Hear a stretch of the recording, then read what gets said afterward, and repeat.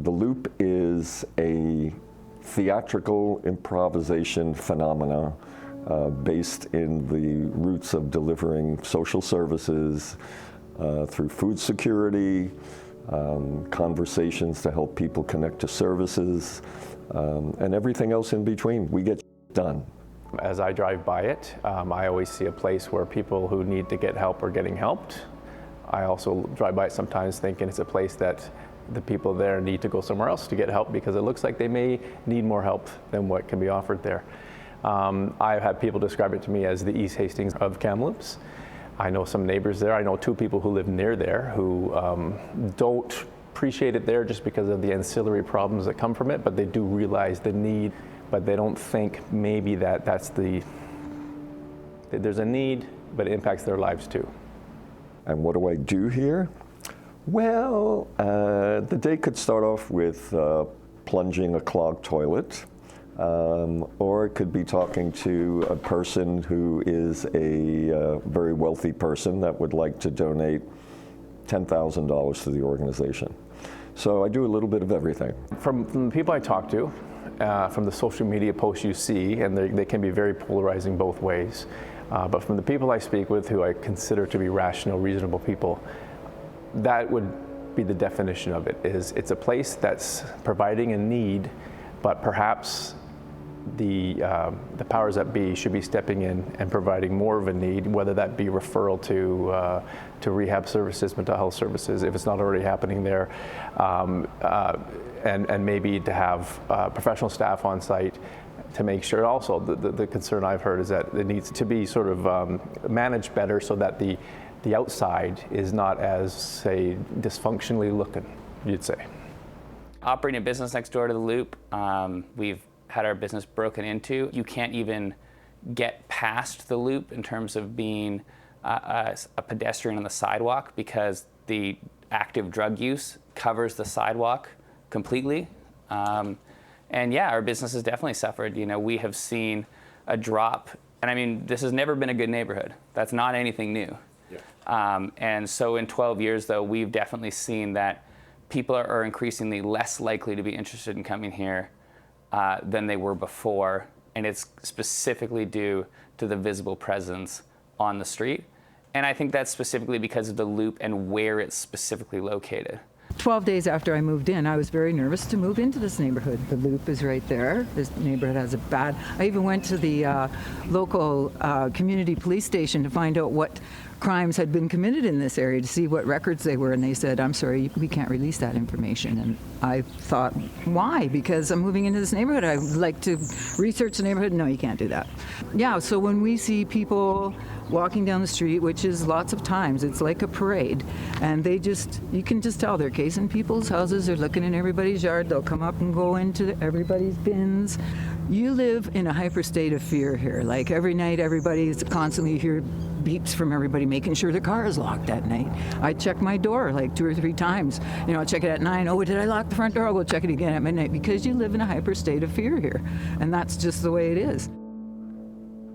The ones that frustrate me the most are the ones that have a lot of power and influence in town and stir the pot of the middle class and get them, the working class, get them all worked up and fearful.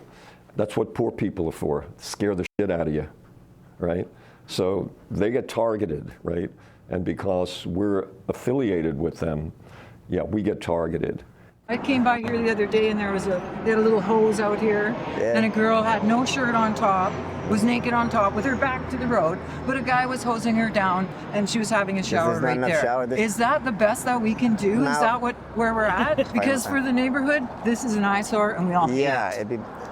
I don't know what more can be done for these people. I'm doing everything in my power to do it, but right. I know that thank you for your concern about that, because there are obviously ways of dealing with it. We have to do better. There's got to be something better. Can we not have, you know, like chemical toilets strategically placed Perhaps, all over the place. Right? Wouldn't that be That's great? interesting that you should mention that. You should note that. I will actually talk to Glenn about getting a better shower facility here so that people don't have to do that. Like because if it it's a would be better. possibility, I'd rather see them shower in there. I've been coming out to the loop since last fall, late last fall. Many people volunteer here, just sweeping outside, cleaning up. And obviously, people have to do their creature maintenance and such. We're planning on painting the outside of it to refurbish and everything, and keep it so that the people actually survive here, because it's not a good scene sometimes that the bad things happen and there's drug use that I'm hoping is not an eternal thing. I mean, who would ever even do that forever? But I mean, we fall down, we get up, right? So, but obviously the problem with opiates is a bit challenging because it's every time you do it, it's damaging you, but the effects of it cause you to be alleviated of the pain. So it's a hard thing for people to overcome, but some people do. So I'm thinking being patient with these people they're worth it. You know, you can't really understand the complexities of the lives of people unless you have some kind of like firsthand contact. So whether that means you visit here, even for 15 minutes, and maybe you see things differently. You volunteer here, because sometimes, you know, the most radical thing you can do is be introduced to somebody who you don't know, who has a completely other view of the world, and just sit there quietly and listen and start to have a dialogue without screaming and yelling. Obviously, this is one of the places where there's the most troubled people that come here. So obviously there's going to be talk about that you know, might be negative and pointing out, you know, well, man, these people are, you know, but I do know that the love that we have to have for one another has to prevail. These are God's children just as much as the rest of us. And so they've suffered some things, and some of them get stuck in traps and, you know, in ruts, but we have to fight our way out of it. And the means to do that is honest work. And there's many people here in my short time that I've been here that I've seen start to doing wonderful things. They've been planting planters and people sweeping, and like, I'm not the only one who works here. All the people here do at least something for themselves. There's a lot of lonely people in the world, and that is a community center of sorts for them. And if you look beyond the outside, which looks desperate, there's a community there, and I can see why some people will want to be there. It's hard all around. I would love to see everyone that comes in here that is unhoused find a safe, quiet place to live. Everyone that has a substance use challenge that wants to get treatment to get that treatment and get sober. I'd like to see everybody here that wants to reconnect with their kids, their moms, their spouses, get family back together again. So all those things would be great.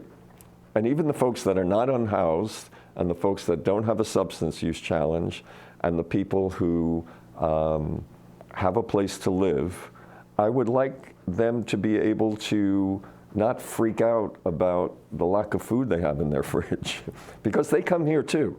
They come here to eat, they come here to free shop, they come here for clothes. So yeah, it's there's a lot of, you know, people struggling in town. They are trying to serve the immediate symptom of the problem, which, hey, like, all the power to them. You know, hungry people need food, but their capacity to actually affect change on a broader societal scale is not there, and nor will it ever be there. You know, it's like that's just not in the scope of what a couple people can do in a little, you know, decrepit building on a street corner in Kamloops. Like, that's, if you're looking to the Loop to provide an avenue to broad cultural change and, you know, systemic generational poverty and systemic generational, you know, abuse and trauma, like, you're not going to find it at the Loop. The Loop is treating a symptom. They're providing food and a place to hang out and a feeling of safety for a vulnerable population.